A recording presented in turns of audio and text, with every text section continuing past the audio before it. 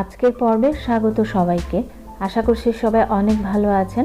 শীতের পিঠাপুলির আয়োজনে আজকে আমি আপনাদের সাথে শেয়ার করছি সম্পূর্ণ নতুন আর চমৎকার স্বাদের একটি পাটিসাপটা পিঠা রেসিপি, আর যেটা নাম দিয়েছি আমি সুগন্ধি পাটিসাপটা। অত্যন্ত চমৎকার খেতে এই পাটিসাপটাটি। আর এই পিঠাটি আজকে আমি ক্ষীর দিয়ে বানাবো। গত পর্বে আমি আপনাদেরকে ক্ষীর রেসিপিটি দেখিয়েছিলাম, সময় স্বল্পতার কারণে ক্ষীর ঠান্ডা হয়ে যাওয়ার পরের লুকটি আমি আপনাদেরকে দেখাইনি। তো আজকে আমি আপনাদেরকে দেখাচ্ছি যে ক্ষীর ঠান্ডা হয়ে যাওয়ার পরের লুকটি কেমন। এটা কিন্তু একেবারে পারফেক্ট কনসিস্টেন্সিতে চলে এসছে। আর এই ক্ষীরটা দিয়ে আজকে আমি আপনাদেরকে এই পাটিসাপটা পিঠা তৈরি করে দেখাবো। আজকে রেসিপিটি যদি আপনাদের ভালো লাগে তাহলে একটা লাইক দিবেন আর সাবস্ক্রাইব করে আমাকে উৎসাহিত করবেন। তো কথা না বাড়িয়ে চলুন শুরু করা যাক। পাটিসাপটা পিঠা বানানোর জন্য প্রথমে একটা ব্যাটার তৈরি করে নিতে হবে। ব্যাটার তৈরি করে নেওয়ার জন্য একটা বোলের মধ্যে নিয়ে নিচ্ছি 1 কাপ চালের গুঁড়ো। এখানে আমি সুগন্ধি চালের গুঁড়ো অর্থাৎ চিনি গুঁড়া চালের গুঁড়ো ব্যবহার করেছি। আপনারা চেষ্টা করবেন অবশ্যই সুগন্ধি চালের গুঁড়ো ব্যবহার করতে, এতে করে পাটিসাপটার পিঠার টেস্টটা অনেক বেশি ভালো আসে। নিয়ে নিচ্ছি আধা কাপ ময়দা আর দিয়ে দিচ্ছি 1/4 কাপ সুজি। মিষ্টির জন্য এখানে ব্যবহার করেছি 1/3 কাপ চিনি। আপনারা চাইলে চিনির পরিবর্তে গুঁড়ো ব্যবহার করতে পারেন। দিয়ে দিচ্ছি লবণ 1/2 টিস্পুন আর সুন্দর একটা ফ্লেভারের জন্য দিয়ে দিচ্ছি 1/2 টিস্পুন ছোট এলাচ গুঁড়া আর দিয়ে দিচ্ছি 1 চামচ ঘি।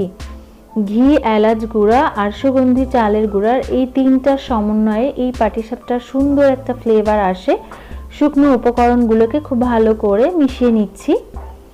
খুব ভালো করে মিশিয়ে নেওয়ার পরে এখানে লিকুইড দুধ দিয়ে ব্যাটারটা গুলে নেব। তবে আপনারা চাইলে দুধের পরিবর্তে জল দিয়েও গুলে নিতে পারেন। তবে আমি সাজেস্ট করব যদি দুধ দিয়ে এই ব্যাটারটা তৈরি করে নেওয়া হয় তাহলে কিন্তু এই পাটিসাপটাটা খেতে অসাধারণ লাগে। তো দুধের পরিমাণটা এখনই আসলে বলা যাচ্ছে না, গুলতে গুলতে যে পরিমাণ দুধ লাগবে ঠিক সেই পরিমাণে ব্যাটারটা তৈরি করে নিতে হবে। আর অল্প অল্প করে দুধ দিয়ে ব্যাটারের কনসিস্টেন্সি পারফেক্ট হওয়া পর্যন্ত গুলে নিতে হবে। তো আমি 2 থেকে 3 বারে দুধটা দিয়ে ব্যাটারটা গুলে নিচ্ছি। আর এই পর্যায়ে ব্যাটারটা কিন্তু একটু পাতলা হয়েছে, যেহেতু এখানে সুজি, ময়দা আর চালের গুঁড়ো ব্যবহার করেছি। এটা রেস্টে রেখে দেওয়ার পর অনেকটা ঘন হয়ে যাবে। আর রেস্টে রেখে দিব 30 মিনিটের জন্য। ফিরে এলাম 30 মিনিট পর। এই পর্যায়ে কিন্তু ব্যাটারটা অনেকটা ঘন হয়ে গেছে, অর্থাৎ চালের গুঁড়ো, সুজি এটা কিন্তু অনেকটা ফুলে গেছে। আর পাটিসাপটার ব্যাটার সাধারণত একটু পাতলা হয়। আর এই পর্যায়ে যে ব্যাটারটা হয়েছিল সেটা মালপোয়ার জন্য আরও কিছুটা দুধ দিয়ে ব্যাটারটা পারফেক্ট করে নিচ্ছি। এই পর্যায়ে আরও একটু পাতলা করে নিচ্ছি। আর ব্যাটারটা কিন্তু একদম রেডি হয়ে গেছে পাটিসাপটার জন্য, দেখে বুঝতে পারছেন। এবার পিঠাটা ভেজে নেওয়ার জন্য আমি একটা ফ্রাইং প্যানে দিয়ে দিচ্ছি কিছুটা ঘি। আর প্যানের সাথে ঘিটাকে খুব ভালো করে স্প্রেড করে ছড়িয়ে নিচ্ছি। একেবারে লো আঁচে রেখে পিঠাগুলো ভেজে নিতে হবে। প্যানটা যখন গরম হয়ে যাবে এই পর্যায়ে 1 চামচ ব্যাটার দিয়ে দিচ্ছি, খুব ভালো করে ছড়িয়ে নিচ্ছি। আর রুটিটা যখন ওপর থেকে একটু ড্রাই হয়ে আসবে ঠিক সেই পর্যায়ে দিয়ে দিতে হবে ক্ষীরটা। আর এই পর্যায়ে ক্ষীরের পরিমাণটা একটু বেশি দিলে পাটিসাপটা পিঠা খেতে কিন্তু অনেক বেশি ভালো লাগে। আর যখন রুটির ওপরের অংশটা খুব ভালোভাবে ড্রাই হয়ে যাবে ঠিক সেই পর্যায়ে পাটিসাপটা পিঠাটাকে ভাজ করে নিতে হবে।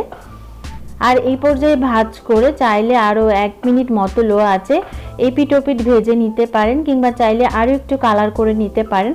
তো আমি এই পর্যায়ে সফট করেই রাখবো, যেহেতু সফট পাটিসাপটা পিঠা খেতে আমার অনেক বেশি ভালো লাগে।